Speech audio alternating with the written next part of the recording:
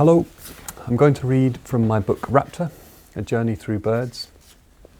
The book is about going to look for each of the 15 diurnal birds of prey which breed in the British Isles. And the book opens in Orkney, where I go to look for a bird called the hen harrier.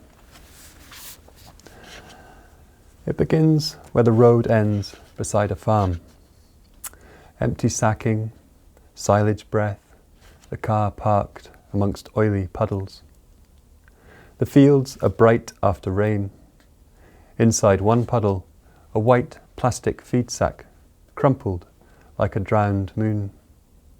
Then feet up on the car's rear bumper, boots loosened and threaded, backpacks tightened.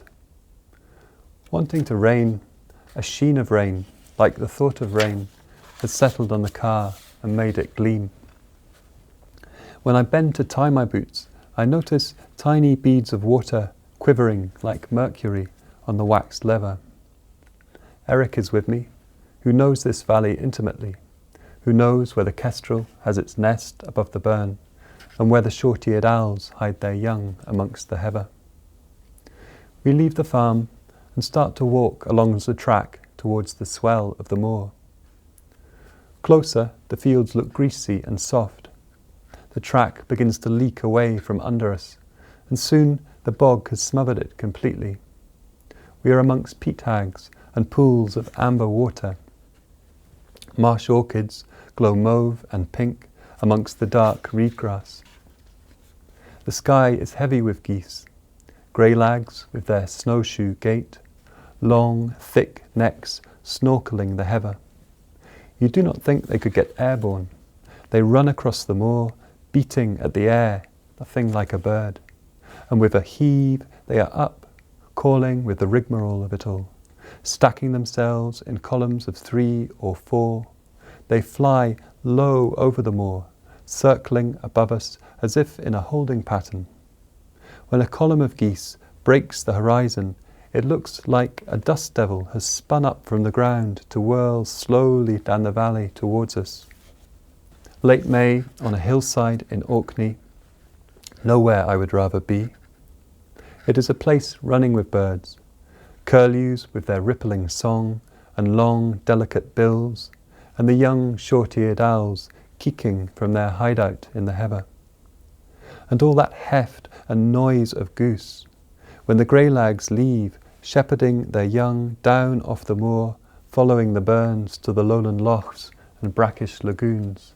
Then, surely, undetectably, the moor must inflate a little, breathing out after all that weight of goose has gone. We find a path that cuts through a bank of deep heather.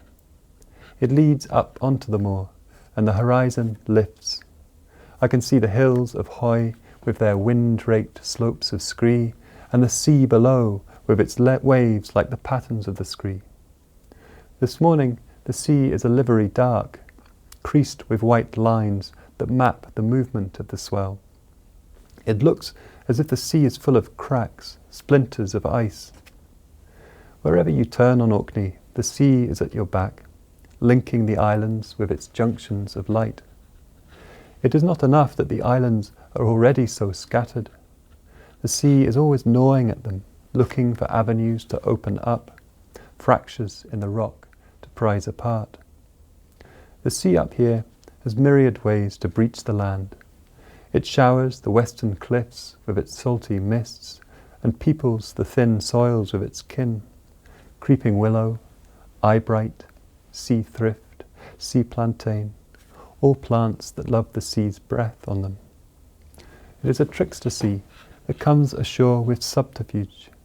Orkney children once made imaginary farms with scallop shells for sheep and gaper shells for pigs, as if the sea, like a toy maker, had carved each shell and left it on the shore, waiting for a passing child.